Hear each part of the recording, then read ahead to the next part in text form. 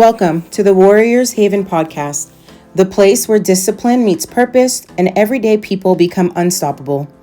I'm your host, Jaisha Sutherland, a retired Army drill sergeant, single mom, and the founder of the Warriors Haven. Around here, we talk fitness, mindset, and the mission of building a stronger you, mentally, physically, and financially. Because this isn't just about the gym.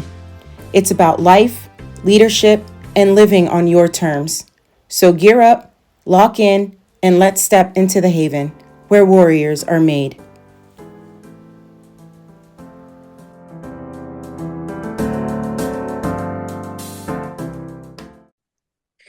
Today, I'm sitting with two men who have led at levels most people will never understand. A retiring Army colonel, strategic leadership, decades of command, responsibility at the highest level, and a retired command sergeant major, ground force leadership, culture builder, the backbone of discipline inside the ranks. Two different perspectives, one shared truth. Transition will test everything you thought you knew about yourself. Gentlemen, welcome. Hey Jay, thanks for having us on today. Of Hi course, Jay, of how you course. doing? Hi. So I've kind of broken this up, guys, into 5 segments. And then, of course, our closing, which I'm really excited about. And I don't think the listeners and the audience that we have all over the world are going to be ready for the gift and surprise later, but we'll get to that. Yes. So, in these segments, this first one, I want to kind of talk about a little bit on identity and transition.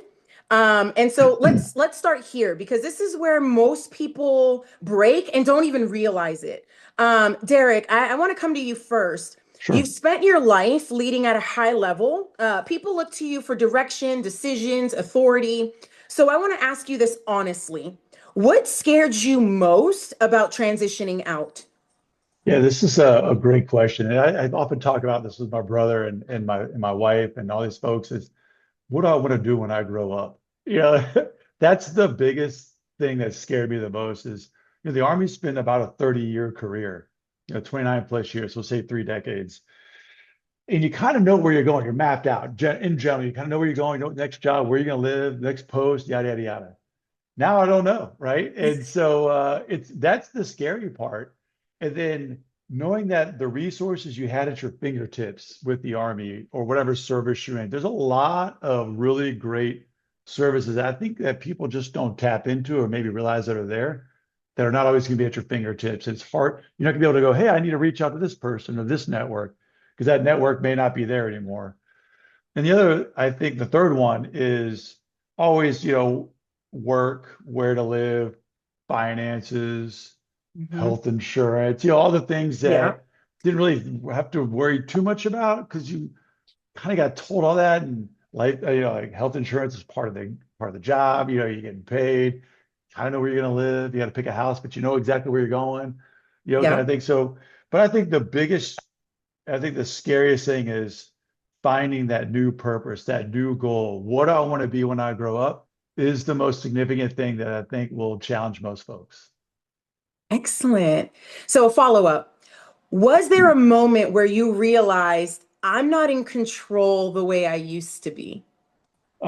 So, the Army has, I'll just say it's dictated my career for the past 3 decades. So they've had control.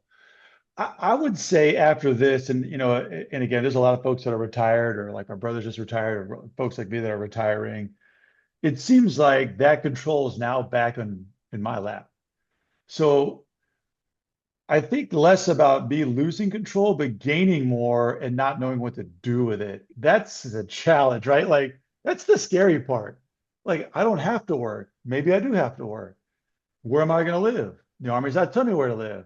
I don't want to do this job anymore. I could just quit, or I could do something or reframe it. Like all these things are now that control's back in my lap, and I can kind of do and say what I want. That's also scary. It is. It And is. so having that freedom is pretty amazing. Oh, I love that. I love that. Sorry, Major. TJ, I'm going to bring you in. You've spent decades enforcing discipline. So, setting standards, shaping soldiers. So, what happens when you're no longer the one setting the standard every day? Yeah, so discipline of thought, word, and deed. That is my number two life principle.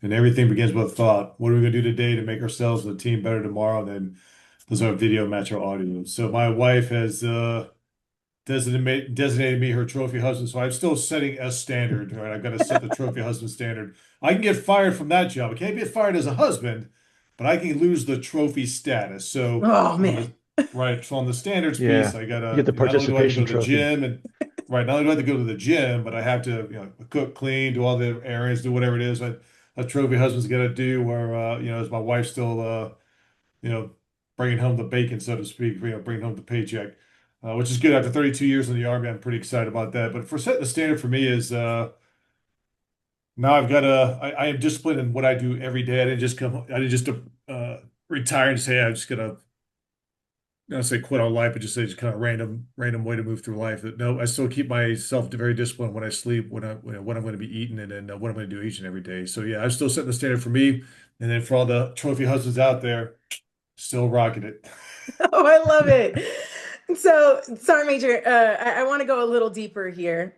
What did you notice about soldiers who struggle the most after leaving service? Mm. Yeah, I would say it's more towards the folks who've been either mid-grade to more senior in the military because I think our junior folks coming out, they're still relatively young, especially your 4 to 6 year mark. You're almost at just graduated college age, so you're not really too far from when you actually left home. But I'd say Hmm. for more of the senior and mid-grade folks, it's they cannot let the anchor of the past go. They can't drop it. They're like, oh, I used to be this, I used to be this, I used to be that. That's all the extrinsic things that are still tied themselves to. And because they're still tied to this title, the title, whatever tied to whatever they were while they were in the service. Hmm. Now they're struggling when they get out of the service. Like I've got two ID cards. I've got a dependent ID card and a retired ID card. And the Hmm. most powerful one is my dependent one, not my retiree. Because when I look at anything dealing with all things military, specifically when it comes to medical, my dependent ID card gets me to priority number one with Hmm. families and service, active duty service members and service members. Retirees, you're all the way down at the bottom. I mean, you're Yes. way down at the bottom. And so people are struggling for that. Well, I used to come into executive health, specifically Hmm. designed for general officers, flag officers, and for the novice sergeants major who work for those GOs and flag officers. That was great. I could make a phone call, boom, I'm in. It was super fast. Now Hmm. I'm in the VA system. The VA's been really great. I don't use too much with the Army service right here or the Air Force service here because the VA system's been good for me. But it just takes a little more time. And so you have to understand that. And so for everybody that's out there is just cut the anchor, look at your intrinsic values, who you are, your own self-worth. Don't tie it to a title. Don't tie it to tie it to who you are as an individual. And that's what's going to help you out. Because if you don't, Hmm. you are going to struggle. And that's where I see a lot of folks struggling is because they're tying stuff to an Yeah. extrinsic value and nothing internally Mm. intrinsic to them. And I couldn't agree more, 100%. And the same thing with my dependent cards. My son has his dependent card, and I have my retirement card, and I see the same thing. I can call and make an appointment, and I'm out 30, 45 days. But if I call and make an appointment for my son, he's like the next day. You know what I mean? And so I see that also. And the same thing with my battle buddies. I have quite a few that are still struggling with that transition out because it's still holding on to Yeah. that prior of the military. And so I struggled with that for a while too, until, I really kind of was able to maneuver, bring that structure and that discipline back into my life. So I want to you both to answer this one for me. And I want you guys to be real with it. Finish this sentence. The biggest lie we tell ourselves in the military about transition is. Derek, you Yeah. go first. All right. Time, the time given to do it, right? And I think that's the big one. Um, we often say, hey, we've got a year or 2 years to do this transition, but for those who've been going hard in the paint often, we tend not to do that and we don't give ourselves enough time. We tell everybody to do it, but we don't. So that's the big lie we tell ourselves is we'll have time to do on the back end. We'll have time to do on the back end, but then when that back end comes, you just don't have time. And that's the challenge. And the last plug I want to put in for Tom, when you talk about the extrinsic or the things that you tie yourself to, the worst offenders are people who want to tell you what they used to be, colonels. I was a colonel in the United States Army. Do, do, do, do, do. Hey, thanks a lot. The operative word is retired, right? And Yes, so, yes. yeah, that's what we talked about up front. It's like it's Derek and TJ, right? Like as I'm looking to retire, that's kind of the mindset you got to be in because, you know, it's like, much like CrossFitters and vegans. Hey, they're going to tell you they're a CrossFitter or vegan in the first five seconds of them meeting you. Colonels are the same way. No, it's a colonel in the United States Army. Thanks. Right. Right, right. And TJ, what's your answer to the question? The biggest lie we tell ourselves in the military about transition is. People will still reach out to you on the other end. So you have a large network, and don't get me wrong, you could reach out to your group and your collective, say, "Hey, I'm going to be in this city or country XYZ. Are you still there? Can we link up?" But very few will actually reach out to you on a regular basis because they're busy and life moves on, and you have stepped away from that culture and that environment, and so you're just Mhm, left kind of alone and unafraid. And I think went back to your earlier questions, like why do people struggle? It's because that connection of all these people is gone. Now you've got our core group of individuals, and I would hope people have this still a core group of individuals, and that's been great. I've got Derek and I have a good group of men and women we Mm, hang out with, and we all call each other, and which is good. But I think the network, it changes. it will continue to be there, but the continuous or constant connection and contact with them will go away. We just have to be cognizant of that and and realize that. Like I said, it goes back to what do you want to do when you get out as you transform your life, as when I talk about reforging who you are as an individual, moving forward through life. Yes, know the people there, but just don't let them hold you back and don't think about all the times that did happen. And mhm. at the end of the day, now you've got a great opportunity to create new memories and create new connections and create new friends and meet new friends.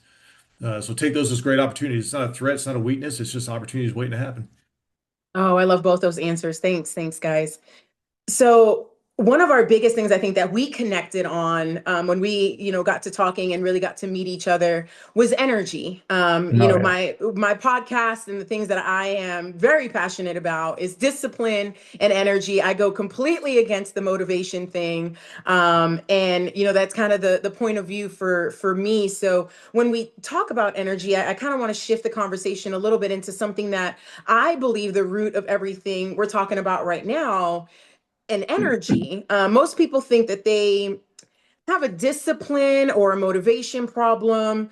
I, of course, really speak more and harp more on discipline, and then I tie in energy. And I'm a big believer in it because it's what I had to apply in my personal life to be where I'm at now with the thought process and the mindset that I have now. And I've noticed that energy, it scientifically has actually been shown that a lot of globally our friends all over the world are actually struggling with. And so science backs a lot of the research with that on top of all the other things globally going on, anxiety, depression, loneliness. So when your environment changes and your brain has to re-regulate, according to the research from the American Psychological Association, major life transitions spike stress hormones like cortisol, which directly impacts our energy, our focus, and our emotional control. So now let me ask you both this, Derek. When you have your daily structure changed, how did your energy change? Mm, that's a great question. So I, I'm not sure it really has. I mean, there were some moments in time, especially as I started looking at what the transition window looks like, that there might have been a little bit of fatigue, and you're always going to get some, when you're coming off that work high, when you're just going hard in the pain, or just going hard in service all the time, you get a little bit of fatigue. Tom and I and folks, we always talk about managing energy, right? And everybody's Mhm. got a different way to do it, whether you're an extrovert, introvert, somewhere in the middle, whatever your energy level looks like, there's ways to do it. And so for me, one of the things that it helps me out is living my four core life values. So it starts off with purpose, and over time, this didn't happen like it wasn't like a eureka moment. Like, it took a while to figure out what my purpose was, and it was really family and service. Service to the nation, service to family. Doing things for family, all these things, right? That's a big deal. And then teamwork. We can't do this alone. So have an accountability buddy, and Yeah. that helps out managing energy. But also, like, your team will help you. they can help you understand your energy level, their energy level, how to impart the two of them, how to make sure those things are in harmony. So you're not pace setting and just crushing your team or crushing yourself to make your team better. It's all a symbiotic relationship when it comes to energy in that way. And then be fit, mind, body, and spirit. And I think this is one of the most important things when it comes to energy. To me, and this is, a personal thing, is physical fitness leads to mental and spiritual fitness. I mean, there is scientific fact that the more you work out, or whatever that workout looks like, walking, riding a bike, swimming, aerobics, weightlifting, yoga, you name it, whatever that looks like, it increases a lot of the different hormones in your body, and your energy level always increases, and it helps out with depression, all these other things. And being fit mentally and spiritually helps either making tough decisions, being resilient, all these things we talk about, all of them together, that sort of health and holistic fitness really helps out. And the last thing is have fun. If you don't like what you're doing, reframe it, figure it Yeah. out. If not, do something else. And that's what we talked about earlier. Is like, I am in control now. Like once I get my D form 214 here in the near future, like, it's me. If I don't like what I'm doing, I'll do my own thing, and that's it, right? And it's exciting to do that. And I think those are the important things. Find your core values and live those, and that will help Mhm. you with your energy management. Oh, I love that. So you spoke very briefly and said the word fatigue. Did you feel more freedom or did you feel more fatigue during this process? Yeah, so I think for sure not fatigue and not freedom yet. And I say that because I'm still in the transition process. I've still got a little, like, several months to go, but it's knowing that at the end, I'll be able, especially like when folks are on terminal leave, you're going to take that 30, 60, 90 days to really like refresh, reset, and get going. So that's important. So I'm sure there'll be some fatigue in there, and I'm okay with that because you got to reset. But then there's that freedom we talked about. Now I'm in control. Now I can do what I want. And again, it's a little scary. So I'm excited about that. I can start feeling it more and more the closer I get. Yeah, yeah, it's such a great feeling. I know when I was in that process of retiring and getting out, it to me in my mind, I was just going on a really long extended leave. Yeah. But I wasn't prepared for the after. I didn't put any plan in place for the Mm, after. I just kind of stayed in that rut, stuck environment of I'm still on a long leave. And so that looking back now at my time, I can see where my downfall really happened. And so I love connecting and having episodes like this with people going through the process or recently just new out of our transition out, so that they can understand like going through it and then having a right. plan for after, because I didn't. So TJ, we've been or you've seen soldiers operate at peak performances. What separates high energy leaders from burned out ones? Yeah, so I've been both. So that's a great question. And before you get into that one, I just want to remind everybody the grass is definitely greener on the other side once you retire. Everybody says you got to water your grass and do like, no, no, no. I'm telling you right now, again, I served over almost 33 years. The grass is totally greener on the other side. It is. It is Yeah, absolutely. The flowers are blooming and everything. oh yeah, It's it's absolutely fantastic. amazing. Every day they're blooming. Okay, so I haven't been that obviously peak performer and high energy and then just dragging at that point. So one is how to refresh your energy. Well, there's a bunch of different ways to do it. We just have to figure out how to do it. As Derek said, extrovert, introvert, and he says somewhere in the middle. So I don't know if we call that a middle vert. I don't know what we're going to do with that one. Maybe we'll make a new term. But at the end of the day, it's how do you refresh your energy well. And then the other thing too is for leaders. We've all done it. We've all experienced it. So this is from a place of wisdom and from a place of experience. We do too much for others. We sometimes forget, hey, oh, we can only do what we are allowed, we are asked to do. Like, so if I can only do a certain thing, that's what I need to focus on. I should delegate everything else and then trust the Mhm. entire team.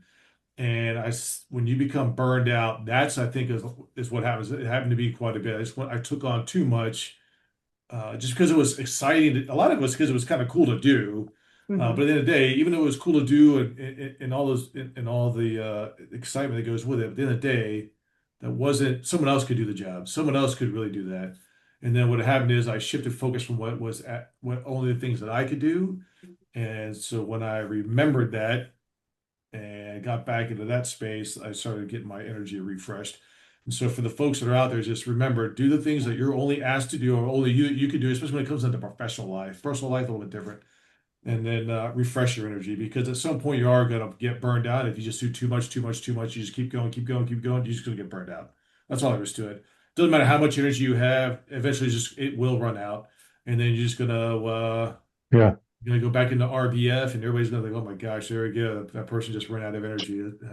Tell that person to go on Yes. vacation, and Thanks, as I've buddy. heard, and I've told this to a lot of officers, I've told this to a lot of senior non-commissioned officers, you need to take leave and don't ever, and then while you're on leave, don't do any work. And I've heard Yes. a lot, and I've heard Yeah. commanders say it to folks too, as well as like, I don't want to see you on email. I don't want to see you answer an email. And you need to take the time to be with your family and refresh well, then get back into the fight. A lot of my Speak of it. seniors used to tell me Yeah. that, especially when I was in, running the supply room. They would, I'd go on leave and they'd be like, I don't want to see an email from you. I don't want to get a phone call. Enjoy your time off. And, it's hard. It's hard to turn that off, right? When we're at that level in the go, go, go. But one thing for me personally that I have learned to do now in where I am in my life is to say no. And I'm okay with whatever the emotion is that comes afterwards, because I've learned that I'm not in control for how the other person is with their emotions, and that's not for me to control. I'm only in control for myself. And if the answer is no, it's no. And then I just carry on to the next thing. And so, and knowing that no is a complete sentence, and you leave it at that, right? And so Yeah. being able to kind of that mindset and that shift, and when you have that energy, honestly, like I feel like so many things are just so much easier at that point, because it just kind of will just kind of fold itself out after a little while. So now I want to bring something kind of practical, for the both of you. What are three non-negotiables that every person, military or civilian, needs to protect their energy? TJ, I'll start with you.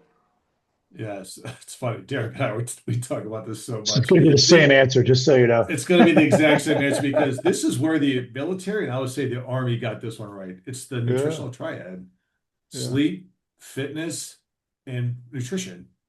Hmm. It's like protect all three of those. Now, for me in my personal life right now, my protection is my mornings. So my mornings are for me. I get up in the morning, I walk my dog, I do my morning things. It's either I do my my New York Times puzzles, I do my Duolingo for Spanish. I'm gonna eventually, once I'm done with that, if I'm almost done with it, I'll start Japanese just for fun, and then I work out in the morning. So from the time I get up, which I have a very specific time I go to bed, very specific time I wake up, and then get some breakfast. He gets out, get a nice long walk, get my fitness, whatever it is, and then the afternoon after lunch, I go do the rest of the day. So unless it's an appointment that I can only schedule in the morning because I mean, it does happen from time to time, especially when it comes to medical. I get it. And some life events do happen. They can only be, I get it, and I'll shift as I need to. I'm not too crazy strict on that.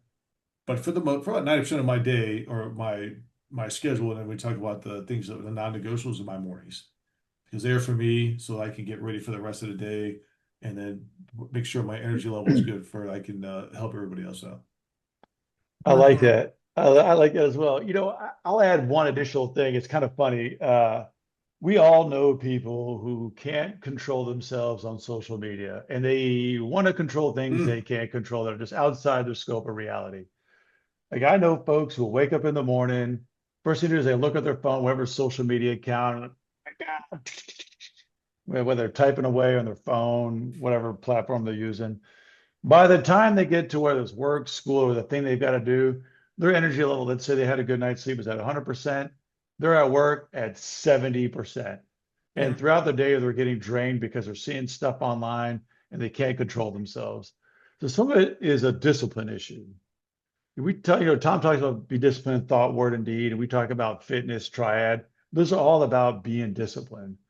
Whether Mhm. whether you're a service member, some in the civilian sector, or someone training, like having the discipline and wherewithal to understand that the nutritional triad, fitness, sleep, nutrition, those are all important. Like sleep for me, like a lot of service members who've done things in combat or whatever it is, been in the army or service for a long time. Sometimes sleep is it's hard to come by, Hmm. right? And so now you got to figure out ways to do it, and it's important to figure that out. So now I'm making sure I get 7 hours of sleep. I turn the TV off and all my stuff off at least an hour before I go to bed. I'll read. I'll do these things, like find things. So you got to be disciplined in that. And again, it goes back to having an accountability buddy. Whoever that is, find somebody. This is one of the most important things you can do. Oh, I love that. Thanks, guys. Yeah, for me, one of the things I talk about and when I'm out on my keynotes or, I have, events and things like that is owning that first hour of your day and how important Mm-hmm. that first hour is. The same thing for me. My non-negotiables in the morning, I was introduced to personal development, and just really taking that time to just listen to my personal development, do my prayer, get in my journal, write whatever the thoughts are, at nighttime, just like you said, Derek, being in the military for as long as we have been, sleep has been something that I still struggle with. I got so programmed to get 4.5 hours of sleep, and I can perform just great off of Yeah. it. So forcing myself to sometimes get 6 to 7 hours, I can struggle with from time to time. And really making that a conscious decision that, hey, let me go ahead and tonight, let me get 7 hours and aim for that. So, our brains are always going. There's always something, right? I'm a single mom, so my son depends on everything. I'm the lifeline. So what I do at night is, as I'm winding down, I'm just writing everything that I'm thinking about, my to-dos, what I haven't done, and so I'm able to get that out, on paper, so that eases my mind, and then I'm able to get whatever it is. I don't force myself. If it is 5 hours and I get up, then that's what it is.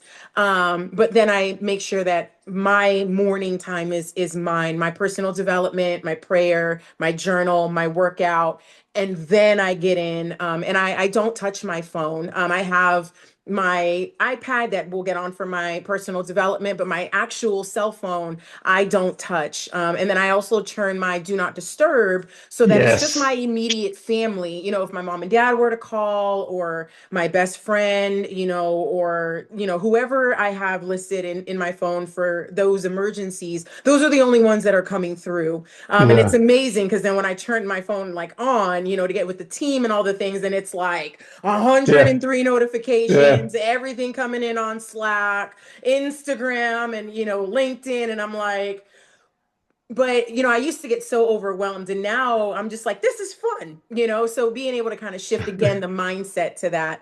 Oh, I like the So do not disturb thing because I do yes. that. And what I found is I used to tie it to when I woke up. But then what I realized when the alarm went off and all of a sudden all these things came, I'm like, oh my God. So now I do it for an hour after I get up. That's when everything starts coming in. Because like you said, you got to give time for you. Yes, yes. So we also, I'm going to segment here into, my listeners. I want everyone listening right now to do something with me. Don't skip this. Ask yourself this question honestly. Do I actually have a discipline problem, or do I have an energy problem? Because if you're exhausted, overwhelmed, mentally drained, you're not lazy, you're depleted. So this is a topic that I absolutely love. And it was drained in me, just drilled for years and years and years being in the military. Resilience. Mm. So let's talk about resilience, but not the Instagram version, not the highlight reel, the quiet version. Yeah. Derek, what's harder, leading in high pressure environments or leading your life after service? For sure, the latter, leading life after service, and I'll give some things that I'm doing to help out with that. But leading under a high pressure environment is we have been drilled and trained and trained and trained on executing tasks, missions, objectives, you name it, whatever that is, as a part of an organization and a team under super like the highest, most complex environments that only less than 1% of Americans will ever face, right? And so, but we do that as a team. And it goes back to core values, all about the team. No one is more important than the team. And we do that. Hmm. And that makes it, and then you're around people, even though you may not be around your family, with your army family, your service family, and that helps. Leading life after services, because it's just like it's you and your family, which is great. But all Hmm. those that, like Tom said, your network, your teammates, those folks, they're not always there. You're not going to see them every day like you do now. And Yeah. so, what I found is through this process, the transition process, there's a lot of great resources out there to help out, like Hmm. the Transition Assistance Program, TAP, Soldier for Life program. Hmm. People like to give a lip service. I think it's valuable. I've used a lot of their services, and it's absolutely amazing. The retirement services folks, the VA folks. Hmm. Out of this transitional process, I was fortunate enough to get linked up with this group called the Commit Foundation, where they really helped me look at and provide resources on ways to find purpose, what you want to do in your life. And one of the things, if you don't mind, just real quick, is I got this book from them, not from them, I bought it, Designing Your Life. And it's from all age groups, coming out of high school, college, well, buddy duddies like me who are getting out of the service after almost 30 years. And like, there's things that are like, well, if you had resource free and you could do whatever, what would you want to be? Oh, okay. But I mean, it's a great way to really see what you want to do and not just do the things and like not take off the green suit and put on this another suit and do the same thing. Because not all of us want to do that. So I think the biggest thing is find the resources. Services have them, especially the Army. We've got great resources, and finding those little nuggets has been supremely helpful over the past several months working through this process.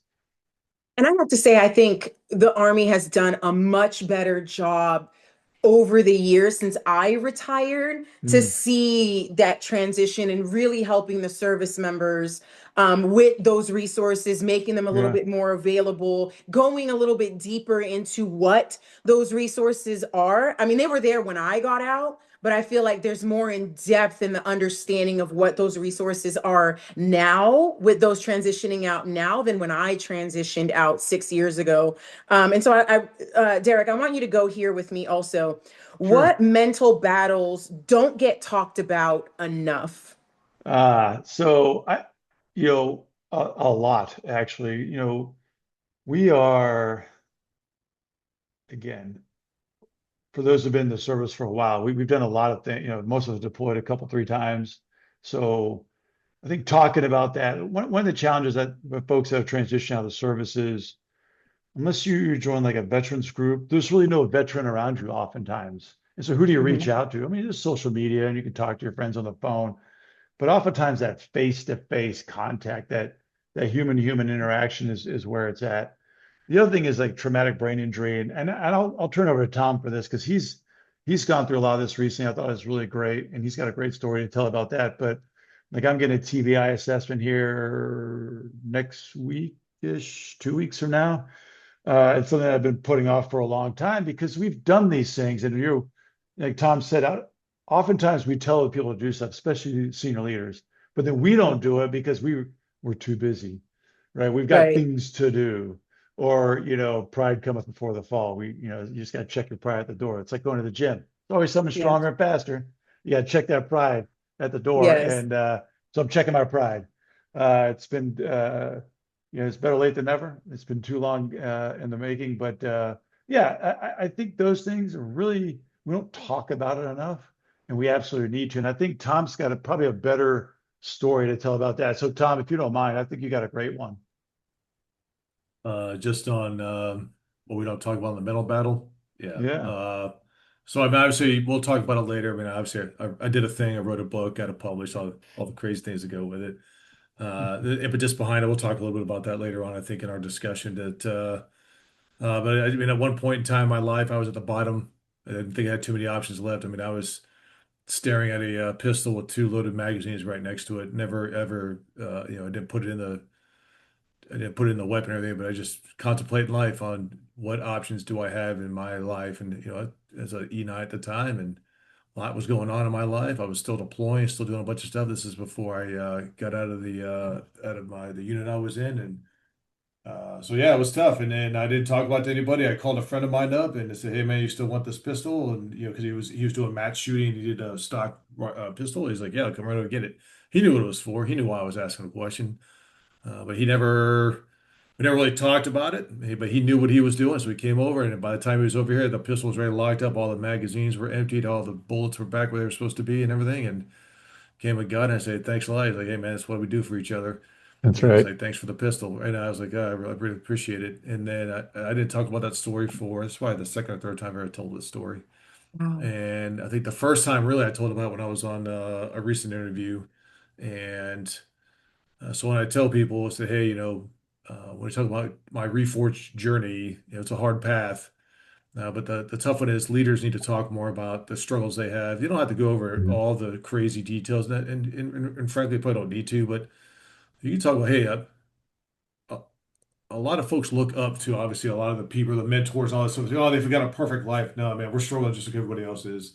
Yeah. Our struggles may be different and maybe at a different perspective depending on where we are in our lives, without a doubt.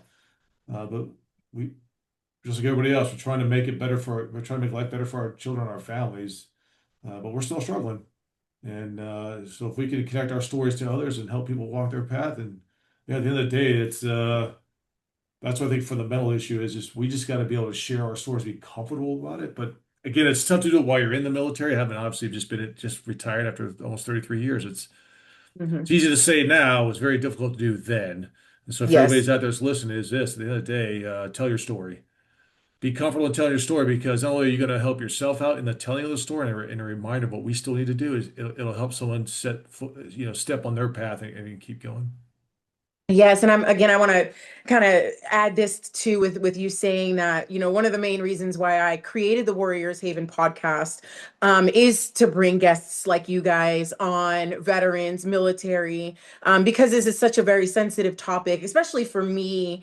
But I want to share that the words and let people know that are in, have been in, are transitioning out, have been out for a while, that these are things wherever you are in the world, wherever you're listening to the podcast on, to know that there are people just like you that have been through it, going through it. But we have been able to identify resources and tools. And so the whole making of the podcast is to provide someone, whoever's listening, to know that, if you're listening at this moment, that there are people that you can reach out to and just know that some of us are very similar to you. You're not very different walking that path as well. And that there are people that really do care and want to see you on the other side. So I want to thank you guys for joining me today on this podcast and covering this episode on transition, on resiliency, on energy. And TJ, I'm going to go back to you. You've built warriors, but what happens when those warriors go home and they lose structure? Can you talk to us about that just a little bit? Yeah, are we talking? Yeah, so are we talking about going home as like the end of the day, or going home as they transition into their next chapter in life? Because that'll be two different answers. Yeah, as they transition out, going, whether they're Okay. going back home, wherever home of record is, or, they're picking up, starting somewhere else. They have that DD 214 in their hands. Okay. Yeah. Hey, it's an opportunity. Like not only transition your life, transform your life. As Derek hinted at this earlier, a lot of folks, I talk to a lot of people still, and I'm a mentor for the nominative transition course down in Leavenworth. I'll be down there in August. I know a lot of people who are gonna start terminal leave and go right into a job. Like, what are you doing? Hmm. Like, or they'll sell their leave, which is a waste of money. You're just wasting you're pissing your money away, um, and your time. Take your time. The Army is still paying you your full amount, your base pay, all the other stuff. At the end of the day, so Hmm. take the time to be with your family, reconnect with your family, just do the things you want to do for that, whatever that time is, and either get back in the workforce or kind of like I did, I just retired, not just retired, but I mean, I'm living the trophy husband life now. I mean, I obviously did a lot of stuff. And so what I see a lot of times, those people just jump into another workforce, they change, and a lot of times it's right into a government job, and it's because it's what we're used to and what we're comfortable with, and again, a lot of people have different life factors that go with it, so I can understand that. But at the end of the day, take the time to transition. Take those. I mean, you're already getting paid a certain amount. You're still going to get paid a certain amount of money while you when you're into that transitional period, especially when it comes to terminal leave. So, factor that in, and time is worth a lot. Time is worth a lot more than you think it is. Um, Hmm. that's why I see a lot of people struggle. And then when you do come out of the army, as we're coming out of the army, like we talked about before, is let that anchor go, drop it, That's right. learn who you are. It's a great opportunity. We're going to grow up. We're going to become adults, right? Because when you join the army, you're just kind of a forever kid. I know we do a lot of adult things, especially when we're deployed. I've been deployed nine combat deployments, so we did a lot of adult things, right? And I get that it changes your life. And I'm not to just demean that or disparage that or whatever, but we're going to come out and be responsible adults. This is a big joke, right? Um, Yeah. and that's I'm great. managing So my it's just dog's a energy right now. yeah, so you get this I'm, great opportunity just to do something different. And that's uh, why, and Derek said it again, and I'll say it to everybody, go out and do something different. Take a leap of faith, try something you've wanted to do. that's right. You know what, I never really Mhm. had time to do it was in the military or because of pick a different reason. I'm going to go with XYZ because Derek loves that phrase from me. Yada yada yada, Um, XYZ. that's right. So you get all these opportunities and take it. If you don't like it, the greatest thing is you can just go do something else, right? Because we make our own Right. decision. That's why I say the grass is green on the other side. So I see a lot of people struggle that way because they don't take the time for themselves, That's right. not just to prepare themselves, but to enjoy the time that we are now given Mhm. and then try something completely different. That's why I see folks struggle quite a bit. Yeah. Oh, I love that. Yeah, I have battle buddies that DD 214 in hand, and 48 hours later, they're in a truck. They're now a truck driver driving across country. And it was like, where was the time off? And we Yeah. all, we all decompress, and we all, deal with how we want to deal with Mhm. transition and things very differently. I know for me, when I transitioned out, I was like, I'm on a long extended leave, and I just stayed in that mindset for over a year, and then my depression and anxiety kicked in. And so a similar, situation. I didn't have my 9 mil, glocked and ready to go, but I had written a suicide note that I had put in my Mm, notebook. And I just had it there. And then, I went on to Target, and had a whole episode. And then that's where I realized I need to reach out for mental health. So, it was that turning point in my life, so just like you guys both have said throughout this episode, we have been through so much, and so many people kind of look at the life on social media, or they follow some a part of our story, but they don't really know a lot of the underlying things that we have been through. And yet again, why I made the podcast and I have it, to hit worldwide, because there's so many yeah. things that make us who we are, what they get to see now because of what we have had to overcome. So TJ, staying with you, what's the first crack you see when someone starts losing resiliency? Yeah, their armor. In fact, I have an award-winning poem, and it's actually about it's armored and breaking. And we keep putting armor on. In fact, you heard about this at the author summit. We just keep putting more and more of this armor on, and then Mm-hmm. eventually it just becomes so heavy it starts to break, starts to crack, and all the Mm-hmm. little things start coming out. We're angry, we're agitated. We sometimes even though the armor is breaking, we still become more closed off because the armor is coming and shedding, and we're trying to figure out what is going on. All the we thought we could carry all this by ourselves, and we're not doing that any longer. So then we close off from the rest of the world. We start pulling back from folks as we're trying to figure out what is going on internally with our own lives. I see that quite a bit. I experienced it, obviously. I Mm-hmm. spent seven, or actually a total of 10 weeks at a traumatic brain injury down at the Polytrauma Center in Tampa to help on my reforged path. So from a guy who's walked this path, whose armor is broke, and it broke pretty hard, and Mm-hmm. especially one day in 2012 with the that is what I see is that when the armor starts breaking and cracking, is all these little things start coming that we were trying to hide, and we think people don't notice it, but they do. And Mm-hmm. then it takes a very courageous individual or individuals to come out and say, "Hey, your armor's breaking. It's cracking. And we're here to support you. Not pander, which has been great. Don't pander to somebody, but you got to support. You got Right. to tell them the truth. There's a Mm-hmm. kind way to do it. And sometimes when kindness doesn't work, you just got to go right to their face and say, time to change, or we're cutting sling. So Yeah. um, it has come down to that for me. And then I got the ultimatum by my wife and my daughter, and that put me on my path very quickly. Oh yeah. Yeah, especially when it Yeah, comes for the ones that we really do Yeah, love that's right. and yeah, they come to us at that point. It's like, yeah, oh, yes, I 100% agree. yeah. Now I'm going to ask the both of you something deeper, and I want you both to answer this honestly, not as leaders, but as men. Have you ever had a moment after everything you guys have accomplished where you questioned who you were? Derek, I'll start with you. Yeah, this is a great and tough question all at the same time because I have had moments where I've had what I imposter syndrome. Like, how did I get here? Am I the person that's supposed to do this? I think, and I'm not gonna say I think, I know most great leaders. I'm not saying I'm a great leader, by the way, by any stretch of imagination. I'm just saying most folks who continue to rise and do these things that we've done, you that pops up in your head every so often. It's like, how did I get here? Like, what have I done that my peers haven't done? Maybe I got lucky. Maybe I just, something happened. I just got really lucky. I think that's the one thing that Tom and I have talked about. We struggle with is the imposter syndrome. Like, how do we get here? But you don't always need affirmation in your life. It's always good. It's good to get it. But I think it goes back to having family and friends. Where like, hey, am I here because I made it here with everybody and teamwork, everybody bringing you along, or did I get lucky?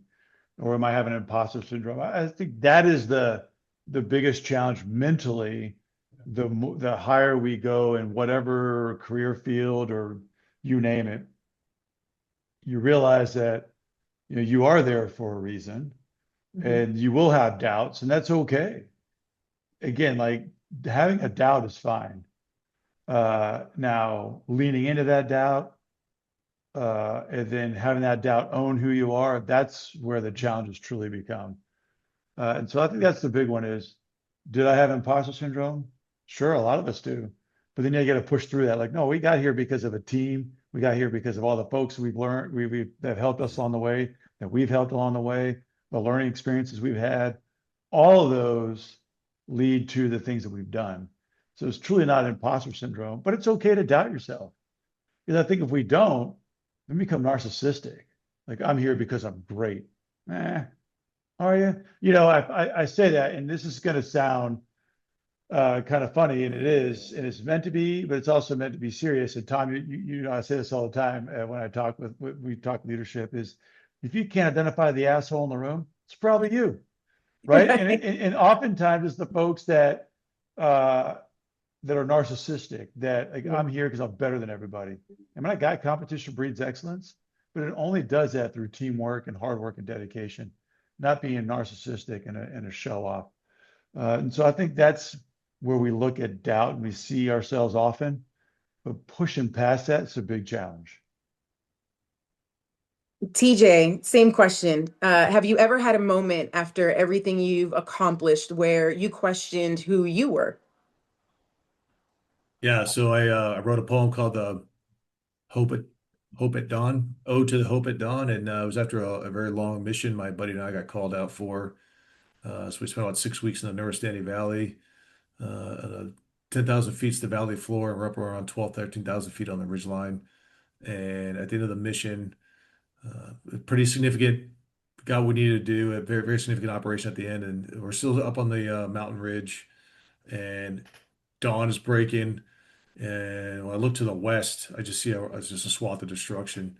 And when I look to the east, I see pristine snow, pristine mountains. Everything's just clean and beautiful. And I look to the right, to the west, and I see just a swath. And I say, "Who am I really? This person to the right? Am I really this man who uh, was called to do?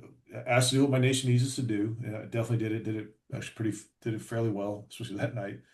Um, but is this the person who I really am? Am I the person who's gonna just bring destruction? Figuratively, could be, obviously this one was literal, but figuratively, am I going to be that person who's going to just bring wrath down upon people? Is that what I want to be? Is that what I be one? Is that who I want to be known as? And this is at the time I was having a lot of troubles and a lot of issues. I had lost my smile as my number one smile. The world smiles. I lost that, and I wasn't that person then. And then when I looked to the east, I saw this glistening snow and just a brand new day. So how can I get to that person? How can I become that person again, or at least some similar to that person again? Or how do I walk that path that way? So for me, it was two different things. Am I gonna continue to go on the path of destruction, self-destruction, right? In Hmm. order to kind of reforge myself into a new and better person, a stronger person. So for me, that was I wouldn't say it's my turning point, but it was as I look back on all the things I've done in my life and all my memories, it clearly stands out in my mind as a very significant time and a turning point in my life as again, all these things were coming to a head, and I had to make a decision. And I think I made the right one. I know I made the right one, which is I look to the east and we'll see the shining sun and the glistening snow, and that's the path I want to stay on. Oh, I love that. So we're gonna segue into this section here, which is another topic I do like talking about because it was one of the ones I had to really adapt through my transitioning periods as well, which was my mindset and a Hmm. mindset shift. And so I want to reframe it because what I'm hearing and what I know is this: discipline doesn't disappear, direction does. So let me ask you both: what mindset shift saved you during transition? TJ, I'll start with you. Yeah. So my job, I am a trophy husband. That is my job. I'm the spouse of the group. In fact, I wrote an article specifically about this for on LinkedIn.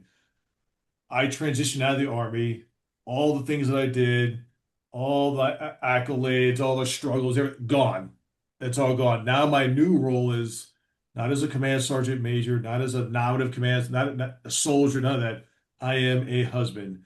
And so when I go to these different functions with Joanne, my wife, she is introduced obviously as the strategic command, as a command sergeant major, and then her husband, and that's me. So, uh, and I'm Great. right, and it actually took me a little bit because I was like, well, we were both E9s not too long ago, and now I am not an E9. I'm retired, I get it, but I'm not an active duty E9, not an active duty soldier anymore. So what am I? So what did I shift? I leaned heavily on my four life and leader principles, and I realized they're still valid. Mhm. I use them in the same way, but just for a different, I wouldn't say mindset, but just a different role in my life. And that role is not only to be a trophy husband, a dad for my daughter, and then as an author, that's someone who can inspire others to walk their path or reforge journey. So when I shifted that mindset, or I shifted I guess I shifted my focus to now not worrying about, oh, here are the things I used to do in the past. Again, we talk about the anchor. I was like, let me drop that fast. If I drop it, or if I don't drop it, it's going to keep going. And it'd be Mhm. frustrating for my wife and for me, especially when we're together and I'm no longer an E9. This is her role. My role is to be TJ Baird, trophy husband, father, author, speaker, all the other things that come with it. And so now I'm tying myself to all my intrinsic core values and all my goals that I want to accomplish as a new person, as my new chapters in life. And so we kind of all these things that we talked about in this podcast interview today is what led me to where I am today is this new chapter and all the new chapters that are come with it.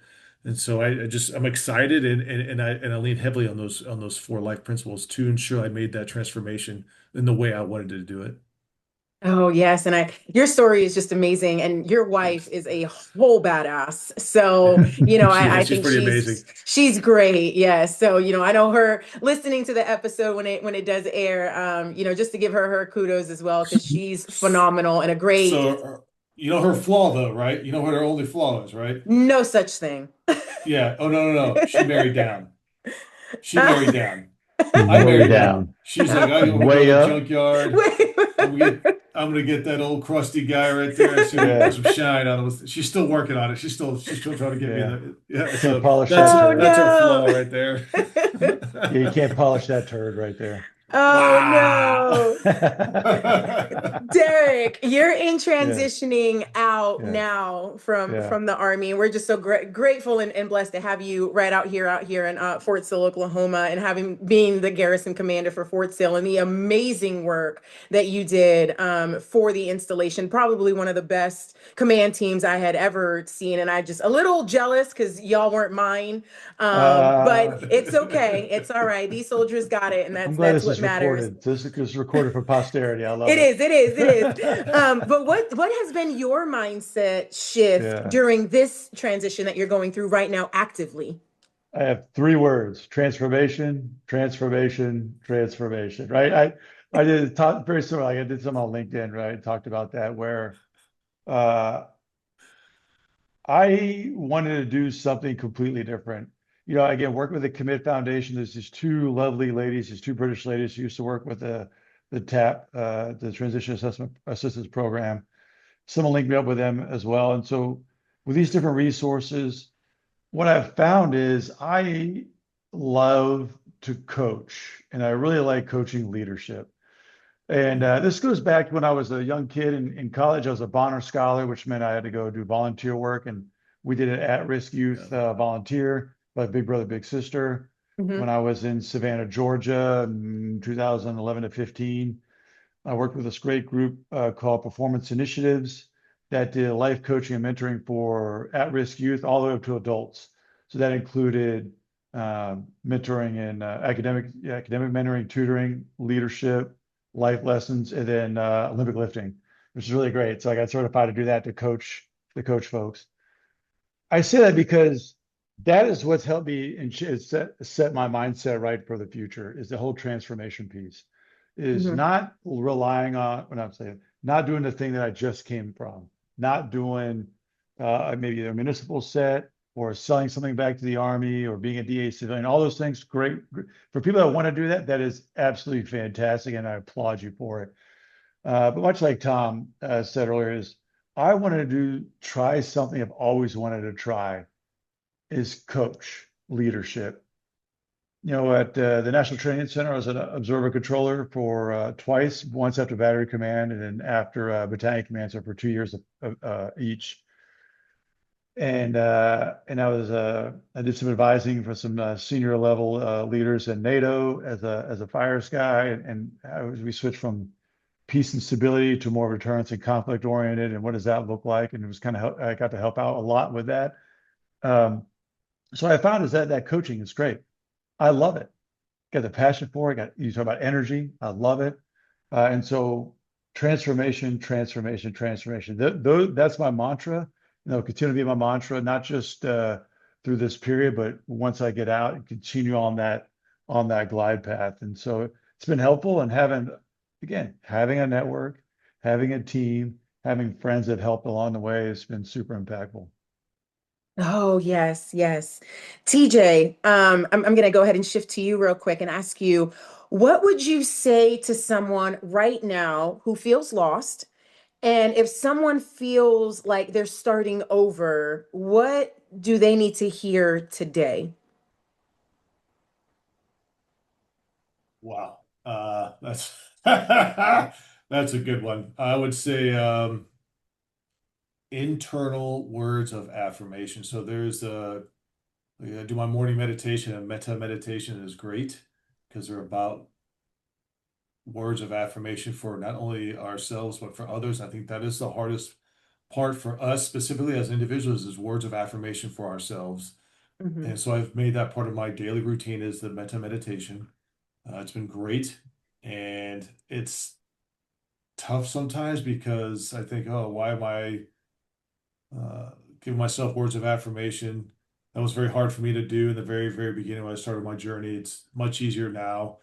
And so for the men and women that are out there, pick your favorite meditation program, whatever it is, or try to find one if you haven't done it. Meta meditation is fantastic, META, and it really talks about how can I be happy with who I am as an individual because we all have come from different walks of life. We all have different life experiences. We're all walking different paths. But the ability to say, "Hey, I am just a good person, and what I'm doing in life is good." and that's been helping me out quite a bit. So I just for anybody who's out there, is like it going through, even through, doesn't have to be a crucible, doesn't have to be a hardship, doesn't have to be, you can have been having just a fantastic day. Even then, it's still great to say, you know what, I'm a pretty good person. Like, I helped somebody, I did this, I did that, whatever it is, but the hard part is it is not being egotistical. You're not, Mhm. it is just telling yourself, like, yes, I am a good person. That actually took me a long time. A lot of veterans have issues with, Yeah. especially a lot of things that we've done and we've seen when we're overseas in deployment, especially combat deployments, is, am I still a good person? The answer to that is yes, you are still a good person. You did the job that was asked of you and you did it Right. well. And so that meditation and those words of affirmation, especially for yourself, is phenomenal. Like Oh, Stuart thank you. Smalley on Saturday Night Live, with Michael Jordan is always great. I'm good enough. I'm smart enough, and gosh darn it, people like me. I love it. I Yes. love it. I love it.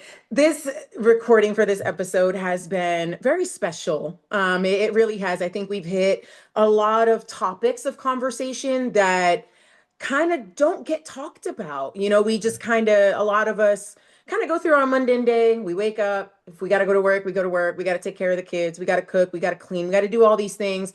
And as veterans, we kind of shove a lot of things under the rug because, like you said, TJ, that armor, right?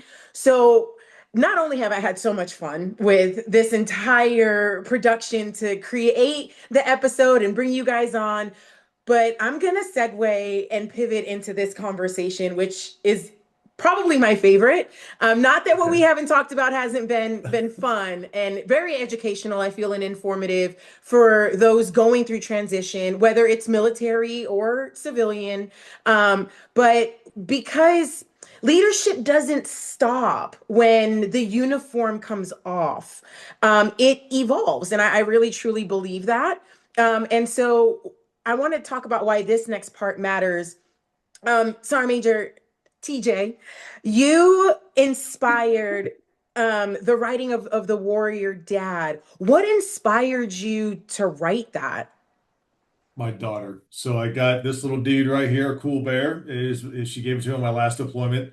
She said, Dad, you got to take him. So I did, and I started just writing a bunch of little poems and for her just to show about daily life. And I was on my last deployment, and then he eventually made it into my memories, watching us do all the things that I did over my other deployments. And then some of those contextually were not for children. I have a children's book that's going to come out here shortly.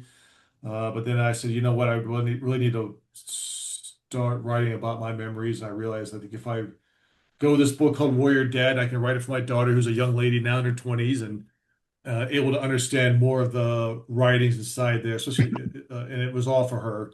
It was to let her know that her light shielded me through the darkest times and helped light the path in front of me so I could get reforged. So it is all to her. This entire book is specifically for her. And then so I can continue to reconnect and share my life story with her because it's been a long time in coming because she doesn't know much of what I did in my military career because I kept a lot of it hidden from her. Yeah. I can completely relate to that when it comes to my son as well. There's a lot that, I mean, he's 10, but he when he gets older, I'll be able to Yeah, share with him that he'll be able to understand. But for now, he just knows mom wore the uniform, mom was a drill sergeant. And he thought, in his mind, it's this coolest thing ever because when people, meet and we talk, and then they, their reaction to me being a former drill to him now he understands that as like that was really nice. cool, not understanding everything that encompassed all of that when he was little. But what does being a warrior dad actually mean in today's world? Can you share a little bit, explain that to us? I sure can. So I'll go back a few years while I was still in the service. I was a single father, so geographical bachelor, and so I had Veronica with me, and we were expecting to go to, well, I was expecting to go to a summer series concert. So I got out of work early. I said, "Hey, I'm leaving. My daughter and I have this plan. We're going." Bam! I get to the house. I walk in, and she's just nothing but tears. I was like, "Okay." So the first thing that comes out of it, because what does every dad do? I'm like, all right, what boy am I going to put in the ground? She's like, no, no, Dad, it's not that. I'm like, are you sure? I buried bodies in the desert. I'll go do it again if you just say, no, Dad, it's not that. No, no, no, no. She's like, calm down, Pop, calm down. I was like, okay, so what's the issue? She's like, I can't do this math problem. Like, come again? It's like this, Oh, right? Trinomials. If you don't know what a trinomial is, look it up. So I haven't done math in that kind of math since, I don't know, 38 years ago. So right. she's in a room, she's bawling her eyes out. She is academic validation. That's her thing. So it's a Dad, academic validation is my thing. And I love it. I love that about her. So I was like, okay, let me see the issue. So I got her computer, I got my laptop next to it. I'm doing some research on YouTube, doing all these crazy things. And eventually, like 20, 30 minutes later, I was like, Veronica, I think I got the answer. And they're way off in their bedroom. No way, you're not that smart. I'm like, child, come on. So I was like, why don't you come on out here? So she sits down and I said, I think I got it. So we went through it all. She's like, you got to be kidding me. I said, no. So we didn't go to the summer concert.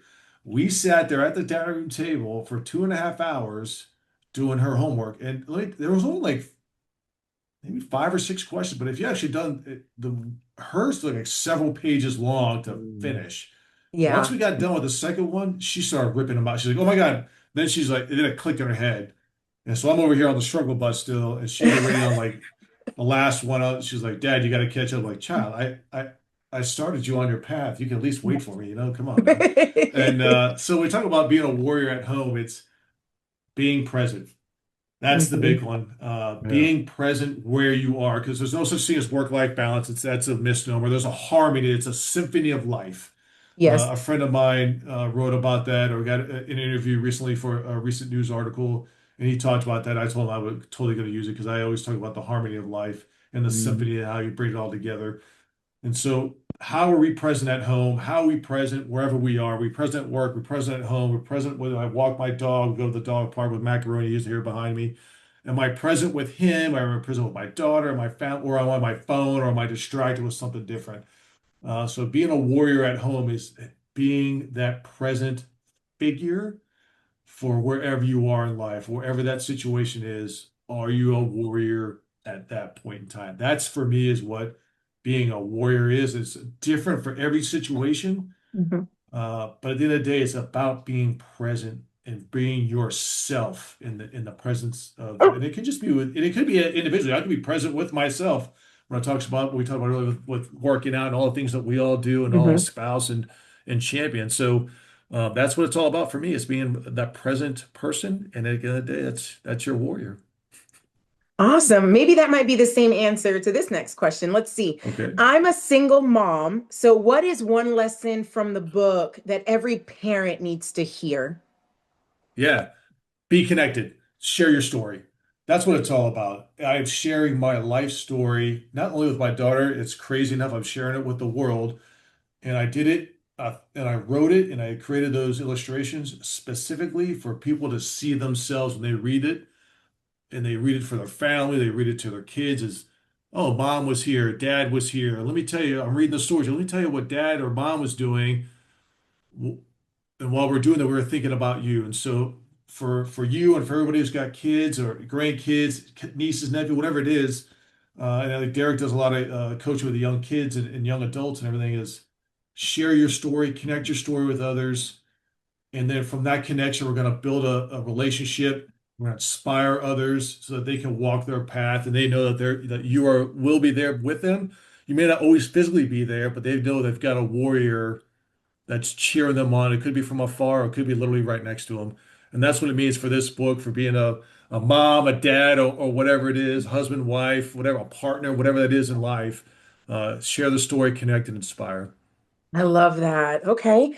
Derek, I want you to finish this sentence. And you're going through this transition now out of the military. You're on this journey with your twin brother. So the ones that are listening, that will the audio will go up and aren't gonna, see the video. Sure. You guys are twins. If they Yeah. haven't been the ones watching the video, you guys, I hope you guys were able to figure that out 30 seconds in once the recording started. But you're on this journey, and TJ has written his book, and you're out on the tour and being able to kind of tag along here and there when you can. What is a warrior at home? And in your words, a warrior at home is someone who. is present. It's the same what Tom says. It's someone who's present for themselves, for their family, for their friends, for their network, and someone who is willing to sacrifice for those folks. I think that's the big one. We talk about warriors. We sacrifice a lot. We sacrifice our time, we sacrifice our energy, we sacrifice a lot. So and sometimes that last full measure of devotion, right? We Mhm. sacrifice a lot of things to make our country safe, to do all the things that we want to do to as warriors. And that's the same thing at home. Sometimes you got to sacrifice what you personally want to do for your family, their time, your friends, their time, whatever that looks like. And so I think that's the most important thing to remember is warriors are always in the business of sacrificing something. And you do it with grace, you do it with gratitude, and all those things, you, the superlatives that you put in there, but it's sacrifice. That's a truly difficult thing to do because it's a very selfless thing to do. And Mhm. we always have to be cognizant of that. And how do we do that at home is can be challenging, but warriors at home, sacrifice your time, sacrifice your energy for others. Oh, that's a beautiful answer. Thank you so Love much, that. Derek. TJ, let's make sure people know where to find you um, with the It's right journey there. that you're on now. Where can they get the book? So you can get it on Amazon. That's the easiest one. Just type in Warrior Dad. You can go to my website. It's our website now. So Derek is now in the warriordadstories.com. I'm in the you'll see the old website now. The new one's in the process of being designed. The new one looks great. But warriordadstories.com is where you can get the book. Not only that, you can get the book, you can download the companion guide. And that talks about the entire backstory behind the book, the lost haikus that inspired a lot of the odes that are only in the companion guide right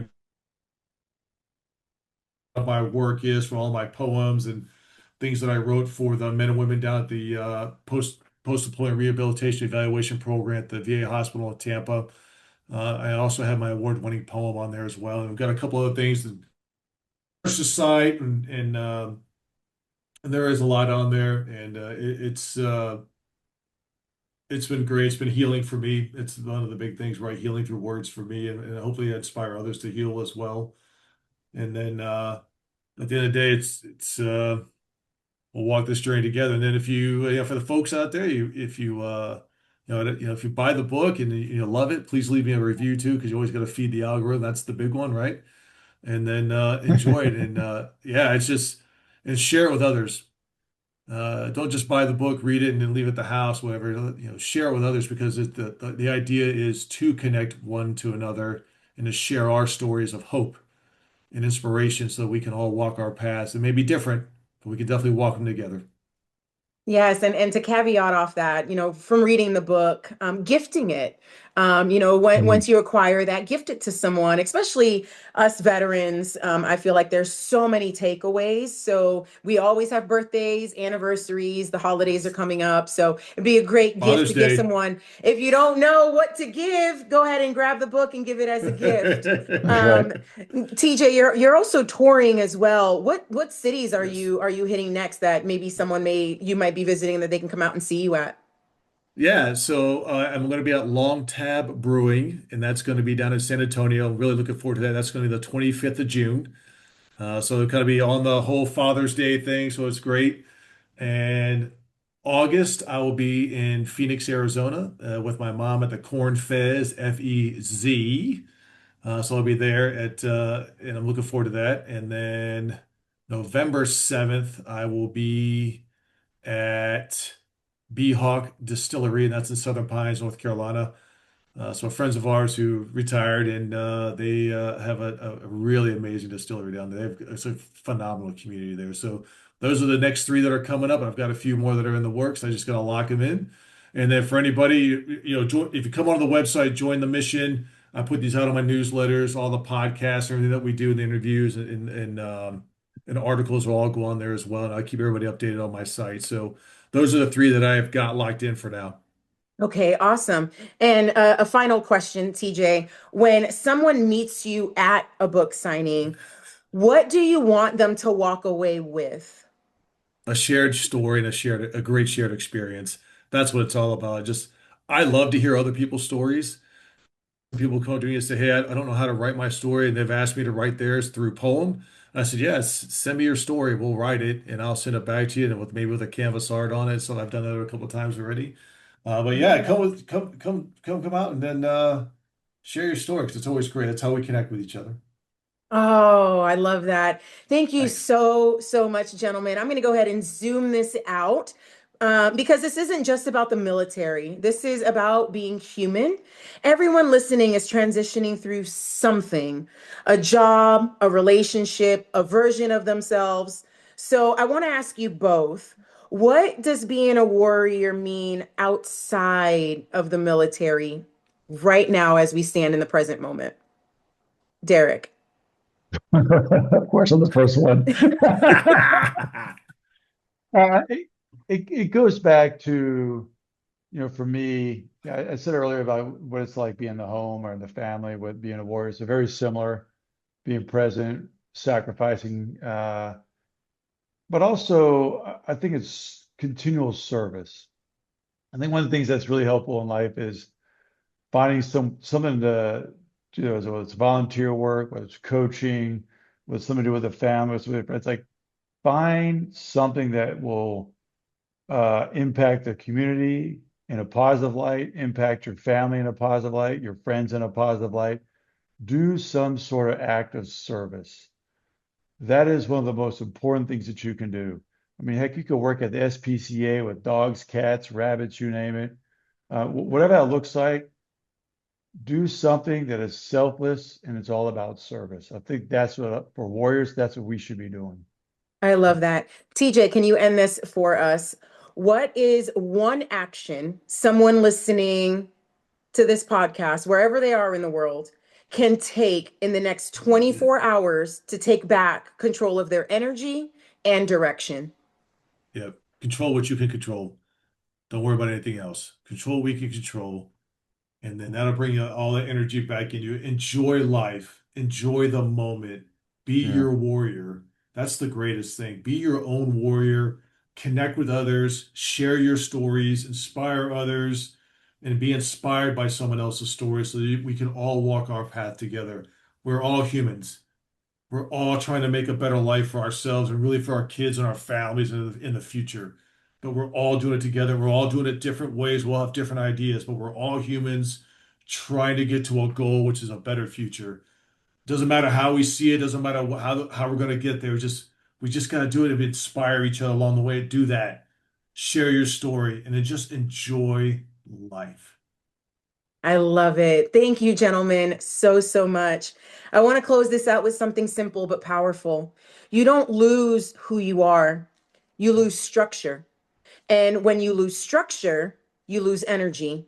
And when you lose energy, you lose direction. But here's the truth, you can rebuild all of it.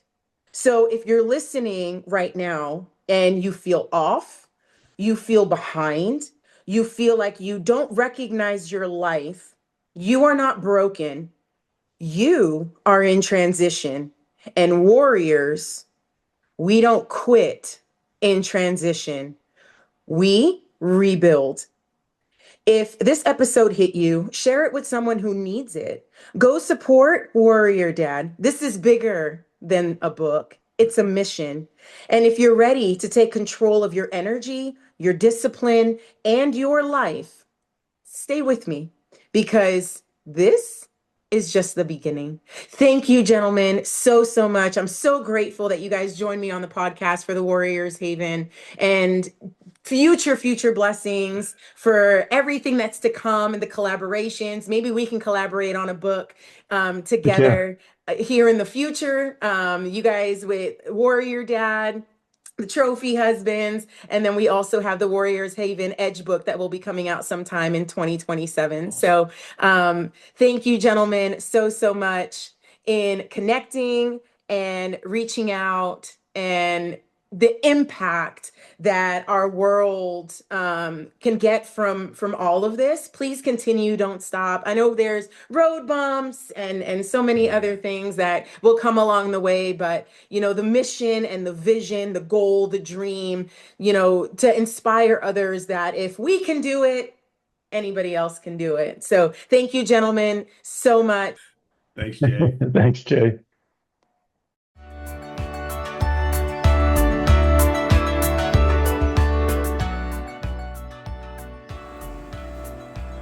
Hi, friend. Thanks for tuning into the Warriors Haven podcast, where we turn discipline into freedom and help you build the body, mindset, and lifestyle you deserve. If today's episode fired you up or gave you just that little push you needed, don't stop here. Head on over to thewarriorshaven.com, where you'll find details on how to jumpstart the next version of you. Remember, it's not about being perfect. It's about showing up for yourself every single day. So until next time, stay strong, stay focused, and stay ready. I'm Jaisha Sutherland, and you're listening to the Warriors Haven podcast.